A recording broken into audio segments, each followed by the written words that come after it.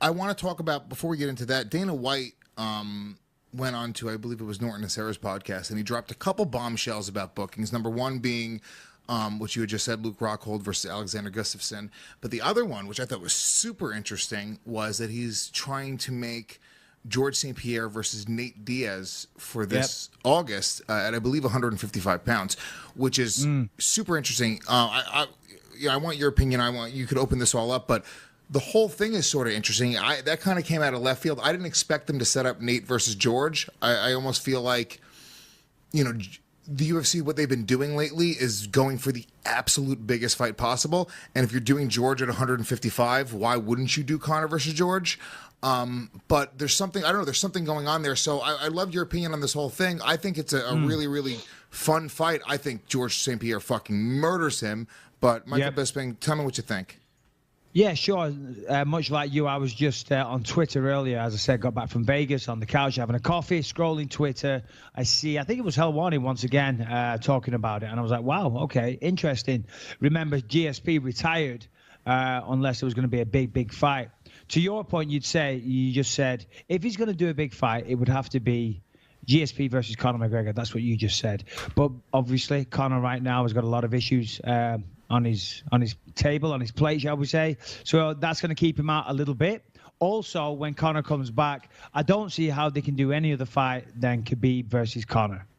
That's an even bigger fight than GSP versus Conor right now, in my opinion. So that's the fight they got to do. So therefore, you got to wait for Conor. Then you got to wait for Conor to clear his troubles. Then you got to wait for Conor to fight Khabib. So it's a long time before he can fight GSP. Do you really think that Conor versus Khabib is a bigger fight than GSP versus Conor? No way. Not in terms of a spectacle, not in terms of, a true martial artist dream fight. But I honestly believe Khabib has a huge following, massive following. He's got high Instagram numbers. He's a bloody legend in Russia now and Dagestan, all over that part of the world. He's got a massive, massive following. And then given what happened recently, that last event in New York, in Brooklyn, I don't see how it can't be. Imagine the press leading up to this, and of course they got all that footage of Conor and this and that. I mean, it won't be a good time for Conor because he's going to live in that moment and replay that moment all the time. Every time the press re-shows it, I don't think he cares. It's going to make that fucking fight huge. Of course, that'll be a huge fight. Here's the reality: no matter where the pieces fall with Conor, Nate, George St. Pierre, Khabib, you have huge, massive, gargantuan fights. Yeah. And I think the UFC wins. No matter what, the UFC wins. So yeah, absolutely. Any one of them, Nate, Conor, GSP, whichever way you match up those three, you're going to get a massive pay-per-view. So they can do whatever they want. Conor's out in the meantime. So yeah, do GSP versus Nate Diaz. That's good for GSP. I mean, it's good for Nate Diaz because Nate Diaz said, I only want to come back for a big fight, a big, big fight. Well, there you go. He's got his big, big fight. That's a tough fight. Do huge pay-per-view, I don't know if he'll do more than mine. We'll see. But I'm joking, by the way. But so Nate Diaz is happy. He gets the payday, the kind of payday that he wants. Okay. GSP is happy because he gets to go down to 155, which, by the way, might be the only challenging thing for GSP, going all the way up to 200 pounds, then having to come back down and make 155. That might have an effect on his performance. We'll see. But generally, Nate Diaz hasn't done well against wrestlers.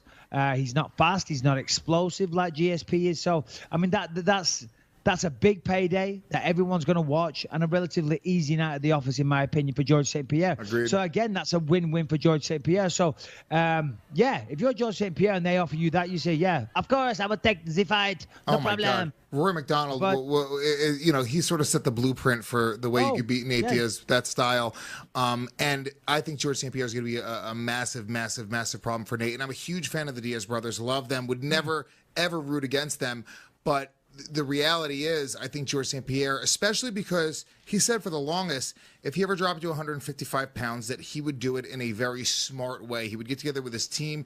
George is he's a different type of athlete where I don't think that George would drop to 155 pounds if, number one, he didn't think he can make it and still be super competitive.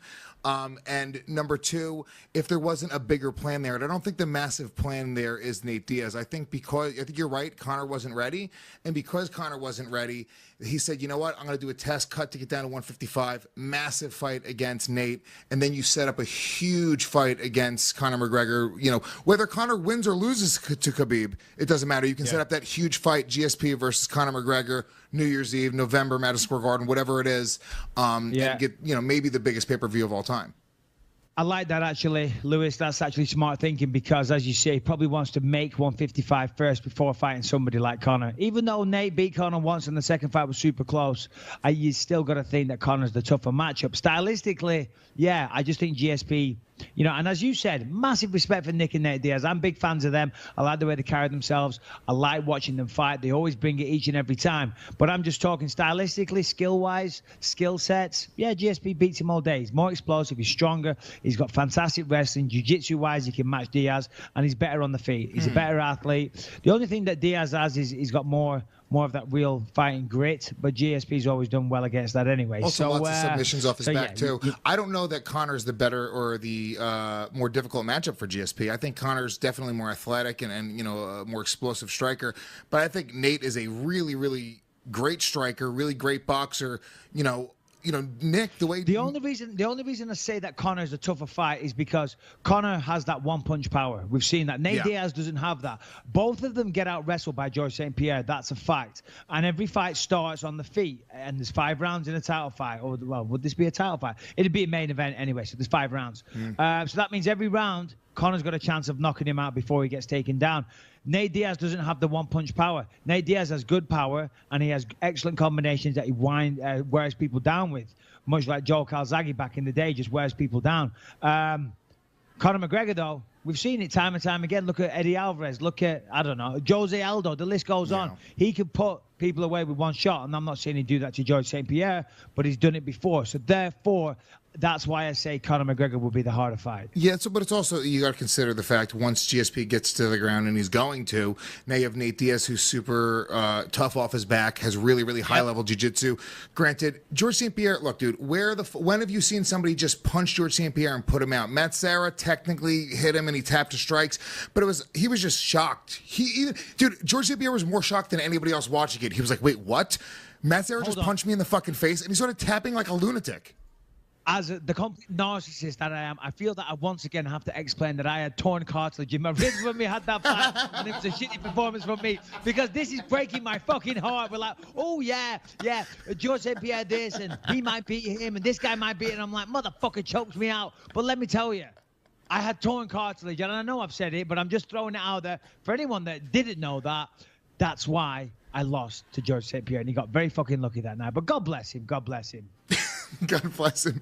You posted that thing to Instagram, which was so fucking funny, dude. Because I don't really know too many British people, but pull up Mike's Instagram if you can. It was just sort of like a translation, speaking to a British person, what it really means. Oh, yeah. Did I delete that? I think I did. Did you delete it? You're such a pussy. You post such funny stuff, and then you delete it because you're afraid somebody's going to get offended. No one was going to get offended. That's not why I deleted it. I deleted it because, like, if you go to my page, and you look at it aesthetically, it's not pleasing. It's had its moment in the sun. It had the likes. It had the comments. It had the engagement level. It made everybody laugh. But it doesn't have to have a permanent presence on my page. Does that make sense? Aesthetically, it doesn't look as good when you look at your feet. You're a fucking chick. You really are. I look at every hair that's perfect on your head. Like every hair. Yeah. It took you 45 minutes to do your hair for this podcast. Let me tell you this right now, and this is God's honest truth. This takes me about 30 seconds. In fact, less than that. I use Rebels Refinery hair gel. Whoa. They don't pay us. Instagram, Rebels Refinery. It's good shit. Men's fine grooming products. This is not an ad, so go fuck yourself. I do a little bit in the hands, and then, ooh, baby. There we go. Yeah. You've got it, Lewis. It's true. When you've got it, you've got it. I'm very jealous. Definitely don't have it. Hair I'm talking about. Yeah, I'm reminded of that every day. Shit. But what was that thing? What was that picture? Where was it? Oh, is it up there, Shannon, or no? Yeah, you deleted it.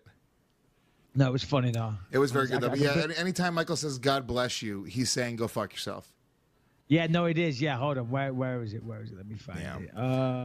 Anyway, whatever. In the meantime, whatever. I'll say go to our Instagram, or not Instagram, I'm sorry, go to our iTunes, leave us a 5-star ranking and a positive review. Let everyone know that